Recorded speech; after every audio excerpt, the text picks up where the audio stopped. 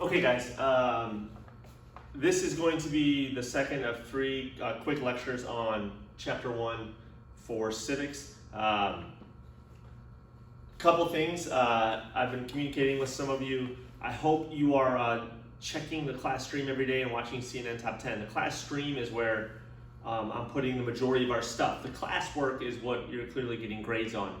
So you need to make sure that you're going back and forth between those, but check the class stream every day so you are well aware of what's going on for the day. You see the CNN Top 10 for the day, and we are able to talk about what's ahead.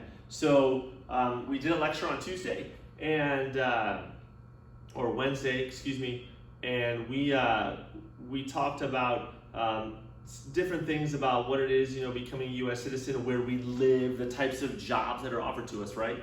And we finished off with something right here called the baby boom. I do want to apologize. I'm working on the glare.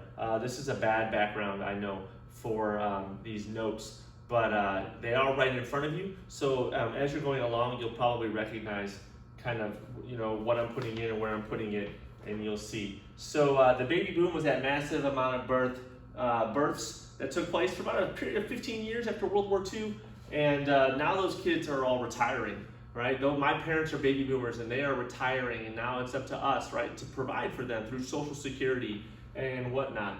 And we are in a crisis with that. This was the last slide we finished with yesterday. And then, like I said, this is going to be a shorter lecture than the other one because there isn't nearly as much material in section 2, but we'll get into it. So what are the backgrounds of Americans? What are some ways in which we are diverse? And all of these things play a role. I want you to think about, people in your family, friends that you have, and you'll probably figure out how diverse you really are.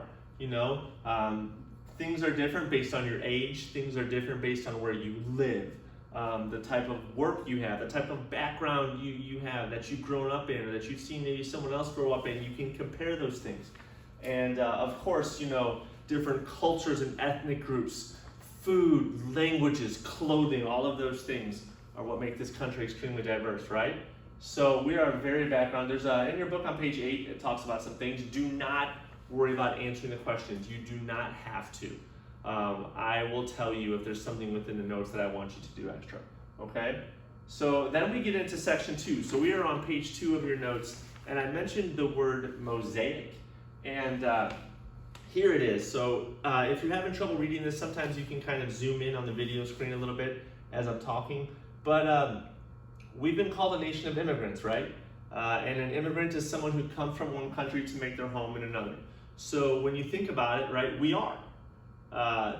If you've taken a world history class here at Belleville West, you know that, we trace people all the way back millions of years into basically Central Africa. And from there, we have expanded and grown. And people have migrated to different parts of the world. And then it wasn't until several hundred years ago that people got on boats in England and parts of Europe and came over to the United States. Clearly, these people are looking for a fresh start. I don't know if you can do it, but hop on a boat for 3 months across the Atlantic Ocean, a wooden boat at that, hoping to make it to this new country that had been found, and people were willing to do this. And when they did that, they also brought their language, their specific customs, traditions that they hold near and dear to them. And all of those things were starting to be implemented and embedded into what we call the United States today, okay? This is why we talk about how diverse, right, our country is. This is why we call it a melting pot. I want you to look at those pictures right there at the bottom of your notes if you're following along, right? And as you can see, we've got Lady Liberty, and she's stirring a glass of citizenship. And what you're looking at are all different types of people, right? And then over here, I love this picture. What it is the American flag, and each of those is an individual, portrait of someone. And so you've got thousands of pictures right there, or hundreds, whatever it is, of different types of people, okay? Different colors, different shapes, different sizes, different hairlines of people, right? We are all different. And that is what it's trying to show, is that we are a diverse group of people. It's not a one-size-fits-all in this country, is it? And that's what we're trying to show you, okay? So there it is. These are two pictures to kind of represent what our country is, right? Which one do you believe it is? Do you believe we're a melting pot where we're all kind of mixed together, or do you think we're more like all of these individuals right here that form our country? It's just something to think about as we move on. Don't worry about writing a paragraph. You do not have to do that, okay? Don't worry about it. So then we're going to finish up here today with these large immigrant groups. So I am flipping on to the back side of the second page of notes, if I can ever get there. And when we go through it, the four largest groups of immigrants within the United States, right? First off is obviously European, okay? European immigrants make up over half of the country to this day. And then we have the Hispanic immigrants. Most notably, we have a large Hispanic population here within the United States. Then we have African Americans, which constitute approximately, I want to say, 15 to 20% of the country. And then Asian Americans, which came in from the West Coast. Clearly, of these three groups, and we'll get down to it at the bottom, three of these groups came voluntarily. One was brought here by force. And I know we should all understand that that was the African Americans that were brought here by force, and we'll talk about that later as well. Okay, so let's look first quickly at the European immigrants. In the beginning, they're coming from these places of England, Ireland, and Scotland. So basically, it's the closest part of Europe. If you look at a map of Europe, these three areas right here are right on the coast, and they just gotta hop over the Atlantic Ocean. Now I know it's a long journey, and it's a dangerous one, but they are right there, and people are looking to start that new way of life. Then you've got a new group of people around the 1800s. We are more central, in a more central part of Europe. So people, it's really simple. People hear about this new world, they're living in Central Europe in like Germany or Czechoslovakia, and they are going to travel across Europe to the coast of Europe. They're gonna hop on a boat and go over there, okay? So Europeans make up the vast majority of people to this day living in the country, okay? From the Hispanic population, they can come from anywhere. We've got Spain, Mexico, Central South America, the Caribbean. Anywhere that we have Spanish-speaking countries, we've got Puerto Rico, which is a territory of the United States. It is not a state, but they have always been looking to become the 51st state of the United States of America. But we have our Hispanic cultures as well. And then we have the African American culture, right? And there are two big words down there on the bottom that I want to make sure you are all aware of and what they mean, right? Discrimination is clearly the unfair treatment of a group of people compared to another group. When the issue of slavery is brought up, that's very simple to understand. It's put right in front of you for you to see, right? And then racism is also a belief that you're superior to another race. So the African American people were clearly brought here through something called the triangular trade, if you studied that in grade school, or if you studied that last year, perhaps in world history.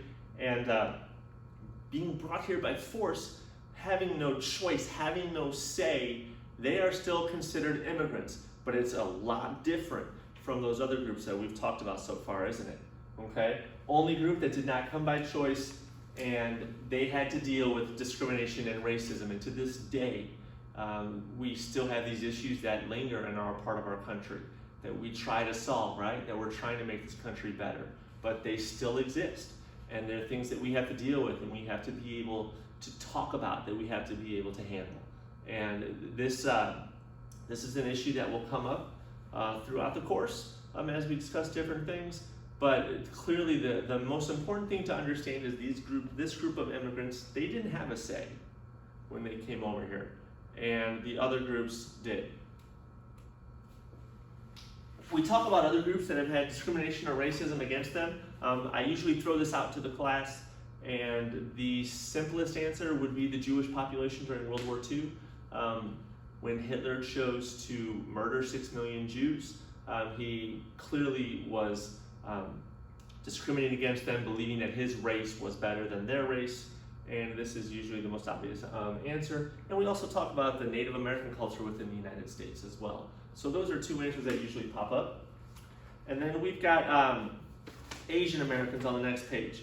okay? So they are coming from the areas of China and Japan.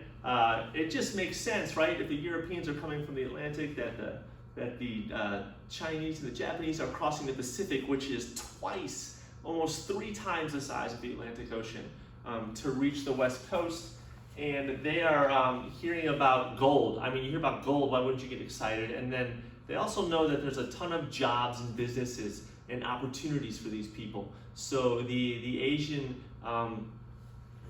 people from parts of China, Japan, Vietnam, those areas are hopping on those boats and coming over. So our country is being, formed through immigrant groups that come here on their own will, that come here by force, that come here looking for a fresh start of some kind, and this is really where our country gets going, okay?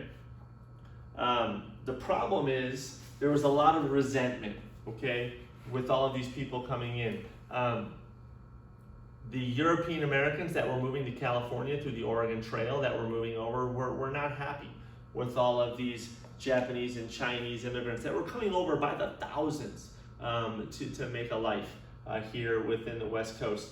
And we actually created laws to stop them from coming in. So, a lot of tension in our country right off the bat, with slavery over on the East Coast, with exclusion laws on the West Coast. And it isn't until 1952, after World War II, years after World War II, that we will actually repeal these laws, okay? So here's the deal. We are gonna stop there for today. We'll pick up with the first Americans on Monday. That will be our last lecture of the chapter 1, and then we will discuss how we are going to take an exam over this. So right now, we've done 2 lectures. You've been given 2 homework assignments, and be on the lookout for some more things as we push forward. If you have any questions, again, please just kind of reach out, look over the notes. You have the PowerPoint to go through as well, to look over to see. The whole purpose of me giving you these notes is to just present them so that you can see me, hear my voice. Maybe I help you understand it a little better. And we will just keep pushing forward, okay? I hope you guys are having a great day and enjoying the weather, and we'll be in touch again soon. All right? Talk to you later. Bye.